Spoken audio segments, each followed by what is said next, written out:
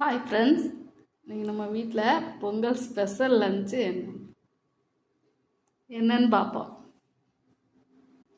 சூடான சாதம், கத்திரிக்காய், முள்ளங்கி, அவரைக்காய் போட்டு சாம்பார்,